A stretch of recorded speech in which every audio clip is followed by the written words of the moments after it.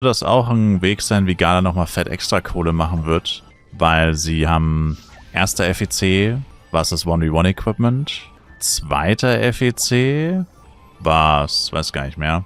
Aber auf jeden Fall war es ja nicht immer 1v1 oder PvE, sondern immer eins von beiden. Aber was, also das heißt, du musstest, wenn du goldenes Equipment haben wolltest, nur eins upgraden, theoretisch. Viele Klassen brauchen ja eigentlich auch nicht beide Equipments. Und was ist, wenn sie es dieses Mal so machen? Alles Gold. Alle Waffen und sämtliches Equipment. Alle Sets, alle Waffen, Schilde, alles.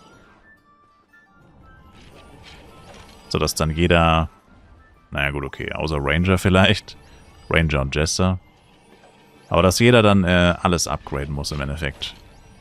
Golden Leaf Set. Achso, nee, ich meine schon nur das High-Level-Equipment, Sir. Also Anku-Waffen, alle 175er Set, 180er Set. Es wäre dahingehend cool, dass dann keiner benachteiligt wird, weil ich mein gutes goldenes Set letztes Mal hat eh nichts gebracht, nur alles Sets plus 5. Aber eigentlich ist es ja ein bisschen unfair, wenn du 1v1 spielst, dass es das Set dann nicht in Gold gibt und du keine 5 extra Stats gibt. Gibt ja bestimmt ein paar Leute, denen sowas nicht ganz unwichtig ist. Also dass halt quasi Gala entscheidet, wer kriegt die goldene Verbesserung und sei es nur 0,1% oder whatever es ist. Also es hat ja eigentlich... Also ich meine, naja, eigentlich schon. Aber eigentlich ist das ja etwas, was jetzt nicht unbedingt Gala entscheiden sollte, sondern die Spieler selber entscheiden sollten. Will ich das eine oder das andere oder will ich sogar beide? Das wäre halt das Ding, dass dann keiner benachteiligt wird. Also bei den Waffen ist es eigentlich mal egal, weil es gibt ja sowieso keine goldenen Alternativen. Du hast ja einfach nur die Behemoth-Waffen dann. Und gut, man könnte noch die Cursed-Waffen dazu nehmen, aber die Cursed-Waffen sind Trash, die will sowieso keiner. Von dem her spielt es keine Rolle, ob die Gold sind oder nicht. Außerdem wird es irgendwie keinen Sinn ergeben, weil die würden ja dann genauso aussehen wie die anderen goldenen Waffen. Nur mit einem anderen Namen, also das wäre sowieso irgendwie komisch. Nee, das denke ich nicht. Also, es ist nur für die Sets relevant. Also, und dann auch wieder vorausgesetzt, sie machen dieses Mal das gleiche wie letztes Mal, dass ein Set plus 10 statt alles Sets plus 8 alles Sets plus 13 wieder bringt. Das war der einzige Unterschied. Mag kein großer Unterschied sein, aber manchen geht es ja auch um die Optik.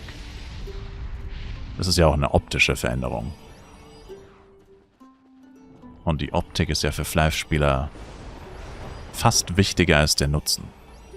Oder wie viel es dir tatsächlich an Damage bringt. Als noch Goldskins Kolosseum Farm damals auf Murano. Ja, aber die goldenen Skins waren ass. In Flive PC. Die sahen aus wie Plastik. Das war nicht Gold, es war gelb. Das war nicht so gut. Die silbernen sahen viel besser aus. Meiner Meinung nach. Wenn ein Kollege und ich zu zweit zocken bei der Mobskin, macht es Sinn, die Party auf Level zu stellen? Party auf Level ergibt niemals Sinn, Sir. No. Party auf Level ist ein notwendiges Übel, um das Outleveln der anderen Charakter zu vermeiden. Ansonsten benutzt man es einfach gar nicht. Party of Level ist nur, um das Outleveln zu verhindern.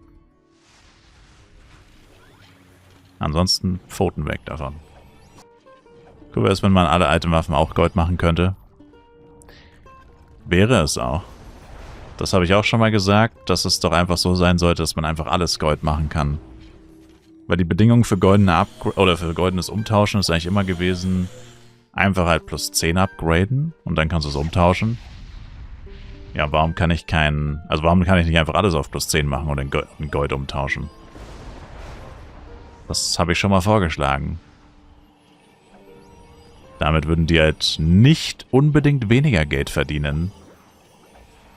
Weil, klar, wer verlässt den FEC mit einem Level 30er Comet-Set oder so? Aber sowas würdest du dir halt einfach für den Flex holen oder so.